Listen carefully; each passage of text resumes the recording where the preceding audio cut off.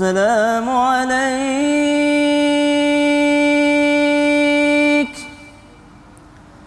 يا إمام المجاهدين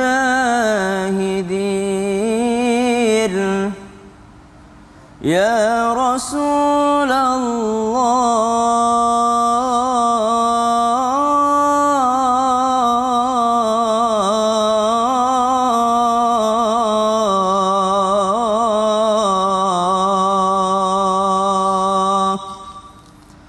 صلى الله عليك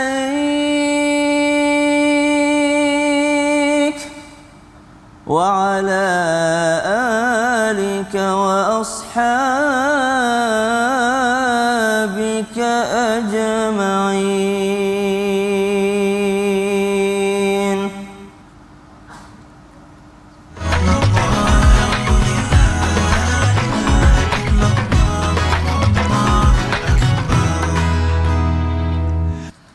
Assalamualaikum warahmatullahi wabarakatuh.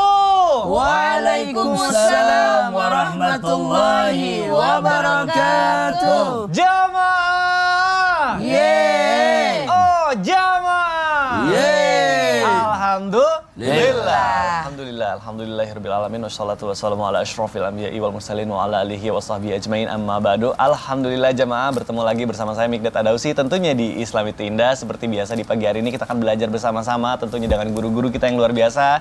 Kita sapa dulu, ada Bunda Tuti. Masya Allah Bunda sehat. Alhamdulillah. Ya. Sehat kan Bunda? Oh sehat, alhamdulillah, semangatnya ditunggu Bunda Tuti ya, Masya Allah. Kita bagi-bagi ilmu sama jamaah yang ada di rumah nih, Masya Allah. Ustadz Afifuddin nih, Masya Allah, baru ketemu kita sehat ya. Masya Allah, semangat dong hari ini, pagi ini. Masya Allah. Untuk menjebak-jebak. Ustadz Syam. Alhamdulillah. Semangat ya. Masya Allah. Masya Allah. Baik jamaah, Masya Allah, guru-guru kita udah semangat di sini, jamaah juga harus semangat. Nah, jamaah, kadang laki-laki itu suka memandang wanita itu ribet dalam segala hal. Jujur nih, laki-laki jujur. Kalau saya sih jujur iya. Kalau mau pergi itu ya, lihat istri, aduh kok lama banget. Padahal ternyata wanita itu mempersiapkan segala hal. Nah, tapi buat wanita jangan sampai ini nih, kita nih pembahasan kita menarik banget nih. Jangan sampai terjebak dalam hal-hal yang bisa membawa ke dosa atau nanti sampai-sampai kita masuk ke nerakanya Allah. Nauzubillah. Makanya hari ini kita akan bahas tema yang luar biasa. Temanya adalah jebakan-jebakan di sekitar wanita. Nah, untuk jamaah juga Masya Allah nih, yang punya masalah, yang lagi sakit, boleh langsung komen di media sosial Islam Itu Indah. Nanti insya Allah di segmen 2 akan kita bacakan bersama dan didoakan oleh guru-guru kita nih. Masya Allah. Baik jamaah, sebelum kita masuk ke pembahasan, saya mau ajak dulu jamaah untuk nonton dulu tayangan berikut ini. Silakan. Jadi di mana kita berada, selalu kita menemukan ibu-ibu dengan perhiasan. Kalau kami penceramah biasanya ketemu ibu-ibu dengan perhiasannya, di pengajian pun ada. Oh iya ya, di mana-mana ada ya. Di tangan lah, di leher lah, di mana-mana ada. Masya Allah. Tapi itu luar biasa itu ya, sampai sini-sini itu. Saya takutnya kalau misalnya dibawa ke jalan, ke pasar gitu, aduh itu mengundang apa ya, kriminal gitu ya. Nggak mau rugi kayaknya, karena kalau nggak dipakai kan keluar zakatnya, kalau dipakai nggak keluar zakatnya. Oh iya. Bener juga Ustadz Syam. Nah, tapi Ustadz Afif nih, Afwan izin bertanya. Kita kan tahu wanita itu diperbolehkan memakai perhiasan, tapi dibalik wanita yang diperbolehkan memakai perhiasan bisa bikin jebakan juga. Maksudnya jebakan seperti apa nih Ustadz? Mohon penjelasannya Guru. Tafadhol. Ustadz Sam, izin Bunda Tuti, izin kami. Ya, Assalamualaikum warahmatullahi wabarakatuh. Waalaikumsalam warahmatullahi wabarakatuh. Jamaah. Yeay. Oh jamaah. Yeay. Alhamdulillah. Asik. Alhamdulillahirabbil alamin. Salatu wassalamu ala sayyidina Muhammadin wa ala alihi washabihi ajmain. Subhanaka la ilma lana illa ma 'allamtana innaka antal alimul hakim. Rabbi shrah li sadri wa yassir li amri wahlul 'uqdatam min lisani yafqahu qawli. Wa ba'd. Segenap pemirsa Islam Itu Indah yang dirahmati Allah Subhanahu wa taala, dalam surah Al-Ahzab ayat 33 Allah Subhanahu wa taala menyatakan waqarna fi buyutikunna. Ini adalah adab bagi wanita. Yang pertama adalah hendaklah wanita itu diam di rumah-rumah. Artinya apa? Ibadah wanita di dalam rumahnya itu lebih baik daripada ia keluar. Jadi setiap wanita harus mengantisipasi, kalau tidak darurat jangan keluar rumah. Waqarna fi buyutikunna. Kata-kata waqarna itu lebih ketat daripada abqaina. Artinya apa? Benar-benar diam, benar-benar menetap. Jangan kalau bahasa orang Betawi ngayang aja ngayang. Tawaf aja tawaf. Kerja keliling aja keliling. Karena memang hakikat wanita itu memamerkan, ya. Fitrahnya memang ingin berzina. Berhias, zinatul hayatid dunya. Oleh karenanya, waqarna fi buyutikunna, hendaklah mereka ada di dalam rumah-rumahnya. Nah, lanjutannya adalah wala tabarrajna tabarrujal jahiliyatil ula, dan jangan memakai perhiasan yang tabarrujnya itu seperti orang jahiliyah dahulu. Orang jahiliyah dahulu itu di dalam riwayat dikatakan dia memakai gelang dari gemerincing di kaki, kemudian berjalan melenggak-lenggok agar mendapat perhatian dari lelaki. Nah, ini dilaknat oleh Allah Subhanahu wa taala. Jalan melenggok, goncang, ganjing, goncang, biar semua orang lelaki memandangnya. Wa na'udzubillahi min dzalik.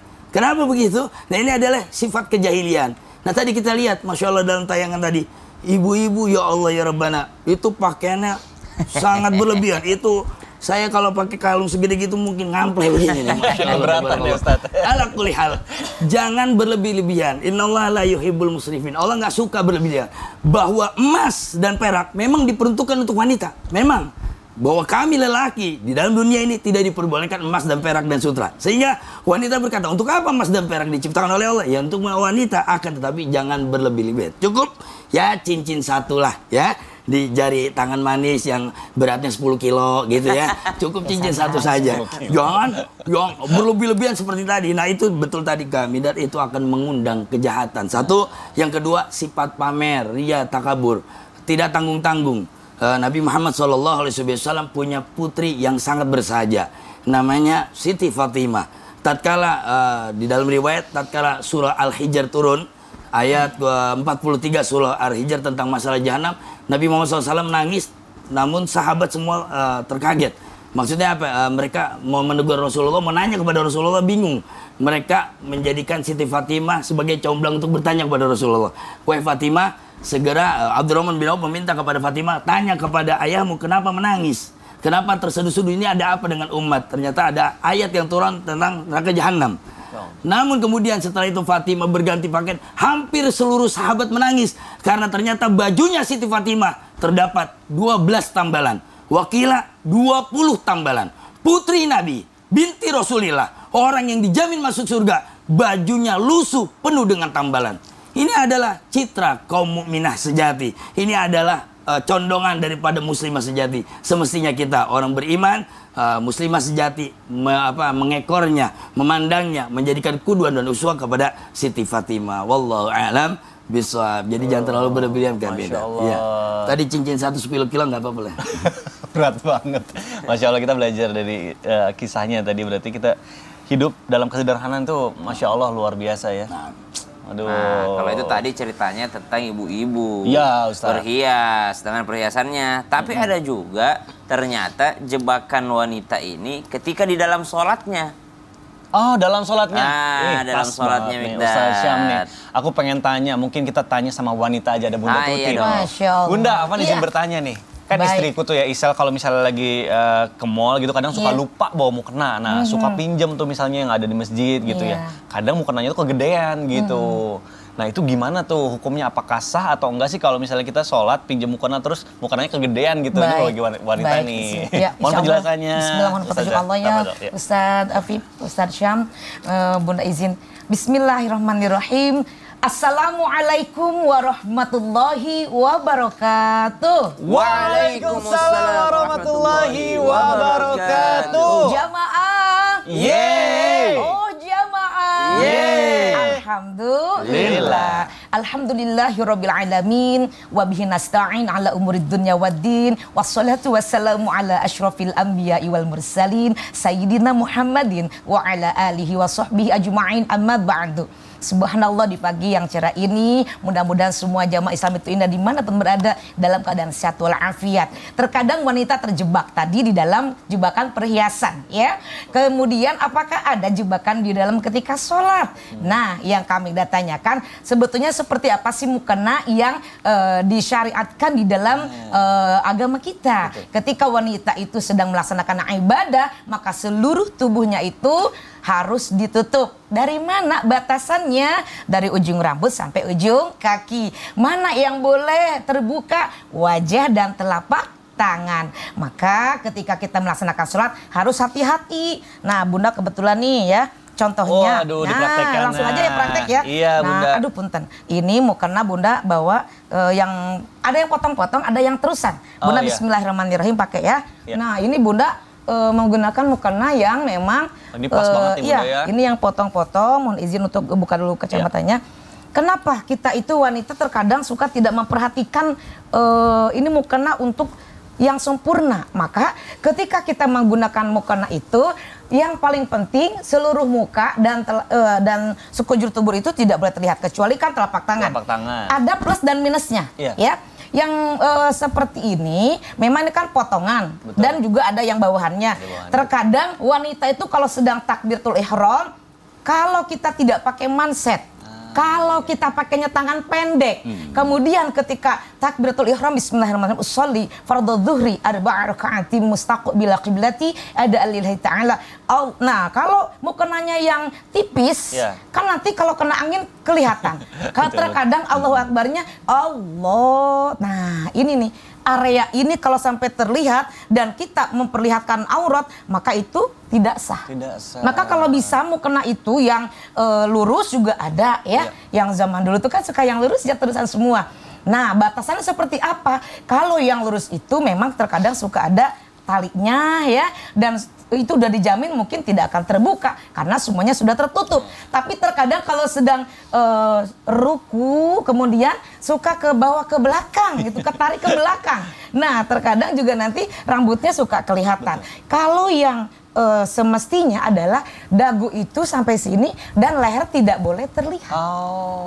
Nah, makanya kalau misalkan kemana-mana bawalah mukena yang kita biasa pakai gitu kan. Dan kalau misalkan yang terusan atau potongan ini kan kita masing-masing selera ya. Kalau bisa yang tidak mengandung atau yang tidak mengundang ketika sholat itu mengganggu orang. Ya kan ada yang misalkan ada warna-warni yang bisa dibaca lagi sholat ketika di depan ya. Jadi kita harus hati-hati juga sebagai wanita muslimah ketika sholat itu harus yang sempurna. Jadi ketika kita takbiratul ihram usahakan jangan sampai terlihat ketika mengangkat tangan. Karena yang diperbolehkan terbuka itu telapak tangan dan wajah. Mana area wajah yang boleh diperlihatkan? Ini ya kan. Nah seperti ini. Jadi mudah-mudahan ini jadi pelajaran untuk kita semua ya. Dan kalau misalkan kita sholat itu hati-hati. Kalau menggunakan mukena yang tipis ya, khawatir nanti lekak-lekuk tubuh kita kelihatan. Makanya kalau kita sedang sholat itu adalah baju yang bersih. Karena ketika sholat itu kan bajunya atau kostumnya yang kita gunakan untuk sholat itu bersih. Kemudian tempatnya juga harus bersih. Dari najis kan, nggak boleh kita lagi sholat itu ada bekas kotoran atau apa ya. Dan terutama menggunakan mukena ini yang harus diperhatikan ya. Demikian Kak Mikdad, Bunda buka lagi ya. Iya silakan. Aduh Masya Allah Bunda terima kasih sampai dipraktekin nih. Tapi jadi jelas banget nih. Tapi kayaknya ada contoh-contoh mukena mungkin di gambar bisa yang dilihat. Ada dua macam ya. Ada dua macam. Nah mungkin jadi kita harus tahu juga ya, mungkin sukanya modelnya kayak gimana. Tapi kita harus tahu dulu syarat sah supaya kita sholatnya juga sah gitu. Masya Allah. Bunda terima kasih Masya Allah. Sama-sama Kak Mikdad. Baik Masya Allah jamaah Islam yang dirahmati Allah. Nah ini jebakan wanita selanjutnya adalah pandangan wanita. Nah maksudnya pandangan wanita itu seperti apa? Karena dalam hadis katanya pandangan wanita itu diibaratkan seperti panah iblis. Waduh emang bener ya? Nah kita tanya sama Ustaz Syam. Ustaz Syam maksudnya gimana tuh kalau misalnya pandangan wanita itu bagaikan panah iblis? Nah mohon maaf nih kadang ada beberapa wanita juga yang memang menggunakan soft lens atau apa itu karena memang pandangannya burem gitu kalau nggak pakai soft lens. Nah ini mohon penjelasannya Guru. Bismillahirrahmanirrahim. Sampai Ustaz Afif, Bunda Tuti, Mas Mikdad serta guru-guru kami yang dimuliakan Allah Subhanahu wa taala. Alhamdulillahirabbil alamin wassalatu wassalamu ala asyrafil anbiya'i wal mursalin sayyidina Muhammadin wa ala alihi wa sahbihi ajma'in. Asbahna wa asbahal mulku lillahi rabbil alamin. Subhanak la ilma lana illa ma 'allamtana innaka antal alimul hakim. Rabbi syrah li sadri wa yassir li amri wahlul 'uqdatam min lisani yafqahu qawli waj'al li wazira min ahli amin amin amin ya rabbal alamin. Jamaah Islam itu indah dimuliakan Allah Subhanahu wa taala, bil khusus para wanita yang hari ini insyaallah diangkat temanya jebakan-jebakan para wanita di Islam itu indah. Bukan berarti merendahkan wanita, bukan berarti menyudutkan wanita, tapi justru memperhatikan para wanita agar lebih memperhatikan dirinya. Karena wanita ini gampang sekali masuk surga tapi gampang juga masuk neraka dan gampang juga narik orang masuk neraka. Subhanallah. Dengan jebakan-jebakannya yang mana disebutkan bahwasanya mereka adalah panah-panahnya iblis. Artinya diibaratkan bahwa mereka inilah senjata-senjatanya iblis untuk menggoda kaum lelaki agar jauh dari Allah Subhanahu wa taala, agar terganggu ibadahnya. Karena berkaitan dengan perhiasan kembali, bahwasanya perhiasan ini ketika bertemu dengan wanita maka itu bisa menggoda iman laki-laki. Saking mulianya nih seorang wanita, perhiasan tersebut tidak boleh ditampakkan ke sembarangan orang. Makanya dibahas tadi sama guru kita, wanita bukan dilarang untuk berhias, wanita boleh berhias, bahkan wajib berhias, tapi ada tempatnya. Termasuk diantaranya kontak lens tadi atau soft lens. Penggunaan soft lens ini bagaimana hukumnya dalam Islam? Yang pertama, kita lihat dulu fungsi soft lens. Fungsi soft lens adalah pengganti kacamata. Maka ketika kacamata tidak dipakai, mengganggu penglihatan oleh seorang, baik laki-laki ataupun wanita. Wabil khusus kali ini kita bahas adalah seorang wanita. Seorang wanita ketika dia tidak menggunakan soft lens dan dia lebih nyaman menggunakan soft lens dibandingkan kacamata, maka dia mesti memakai soft lens tersebut. Maka hukumnya bagi dia adalah boleh-boleh saja. Karena pengganti daripada kacamata. Itu pilihan. Nah Ustadz, bolehkah soft lensnya berwarna-warni?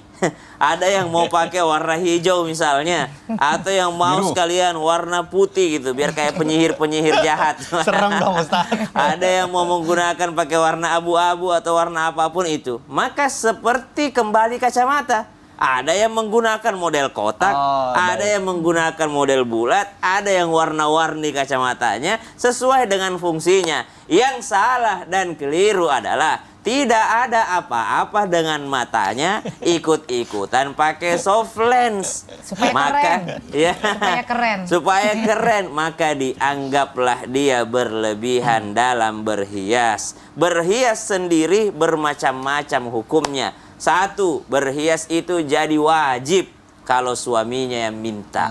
Kalau suaminya minta, maka wajib hukumnya. Tapi bisa jadi haram berhias tersebut kalau dia untuk memamerkan kepada laki-laki yang bukan mahramnya, maka pada saat itu pula dia menjadi panahnya iblis. Wallahu ta'ala. Waduh, Masya Allah. Sekarang jadi ngerti kenapa wanita itu dibilang sebagai panahnya iblis. Karena kan terlalu indah, Masya Allah. Iya, Masya Allah. Alhamdulillah berarti kita belajar hari ini tuh mengenai jebakan-jebakan supaya kita antisipasi, supaya kita aware. Ya. Masya Allah. Aduh, Masya Allah.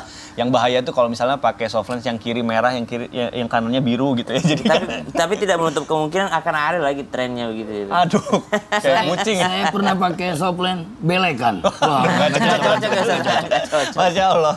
Baik, terima kasih Ustaz Syah penjelasannya. Baik, selanjutnya saya ada satu pertanyaan nih sama Bunda Tuti nih. Baik, Kak Mikdad, apa Bunda, lagi? punten Ya. izin nanya. Kalau Bunda itu suka perawatan nggak sih? Alhamdulillah Kak Mikdad, sukalah perawatan. Iya, Tapi ya? kalau Bunda mah yang murah-murah aja. Oh gitu. Iya. Tapi Masya Allah mukanya bagus juga. Nah Amin. Bunda yang pengen Iya. aku tanyain tuh. Iya. Boleh nggak sih sekarang tuh lagi viral, lagi rame banget nih. Iya. Ada perawatan yang pakai DNA hewan disuntikan ke tubuh manusia. Nah itu dalam Islam bagaimana tuh hukumnya? Emang ada kayak begitu? Ada sekarang. Ah masa sih? Iya. Berarti Bunda kurang informasi ya. Kalau gitu Bunda cari dulu deh. Iya udah kalau gitu. Informasinya. Nanti dijawab Ya setelah yang Allah. satu ini kalau gitu ya. Iya. Baik, Iya. kalau gitu tetap di Islamatina Jamaah. Alhamdulillah. Masya Allah.